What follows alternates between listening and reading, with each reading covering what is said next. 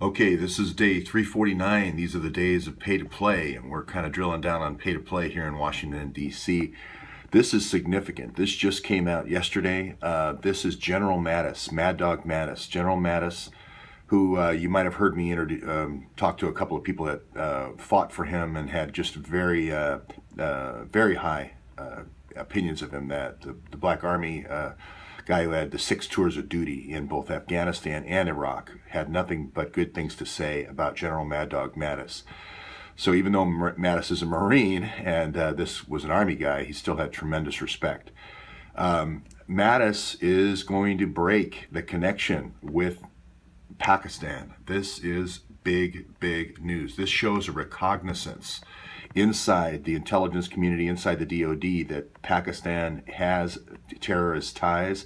They have a terrorist spy network in Congress. It's exactly a remake of how they tapped the Indian parliament with all the cell phones and the email, and using honey traps or brownstone operations or compromising young women, however you want to look at it. Exactly the same operation that they used to compromise the Army, Indian Army generals, is the same exact tactics they've used here in Tampa, Florida for CENTCOM, in Washington, D.C. here, and also in New York. So this is all going to be coming out. We're going to be using that India template over and over again to examine the modus operandi of Imran Awan and the spy gang here. But it's almost going to be an exact replica.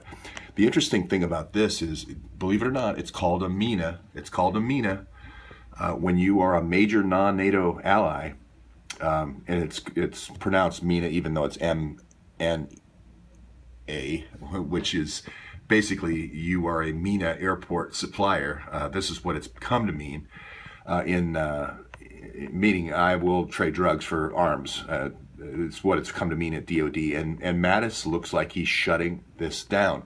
Now, the other key guy who, and I wasn't able to make this testimony over on the Senate side because I was at the pay-to-play trial of Benghazi. So I was over doing another pay-to-play trial over, poking holes in the Benghazi testimony. But Dunford, here, Joint Chiefs of Staff, head of the Joint Chiefs of Staff, I was able to interview his translator in Afghanistan, a young Afghani guy. So nothing but good things to say about Dunford as well. Dunford is on the case. Mattis and Dunford make a powerful axis of good, in my opinion. And here again, Dunford said it is clear to me that ISI has connections with terrorist groups. Imran Awan works for ISI. This information can and will be going to terrorist groups, especially DHS information for people coming in and out of the country, for Customs and Border Patrol, for what they bring in and out of the country. Okay, we're talking about the United States, Capitol Hill. We're not talking about some foreign land here. We're talking about the United States, Capitol Hill, and Northern Virginia safe houses. Okay, so this is the first real recognizance that I've seen between Mattis and Dunford, that this is the new, I see a new nexus of intelligence forming in the DOD, a recognizance that this connection, the spy ring, does exist. These terrorist groups are in safe houses in Northern Virginia, and we need to distance ourselves now. We can't have a spy ring in Congress logging in every hour. That's just not good security. So this is good. So anyway, I just wanted to show this. This just came out. I'm sorry I couldn't make the hearing because I was over, but I did interview the interpreter when he was in Afghanistan, Dunford's interpreter.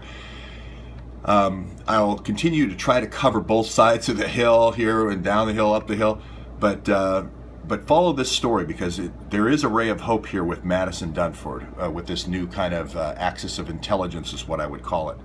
And I will continue to cover the flawed testimony over at the pay-to-play Benghazi hearings or Benghazi trial, where they're trying this cab driver that they picked out of a grainy film, out of grainy video. So I'll keep covering that as that information keeps coming.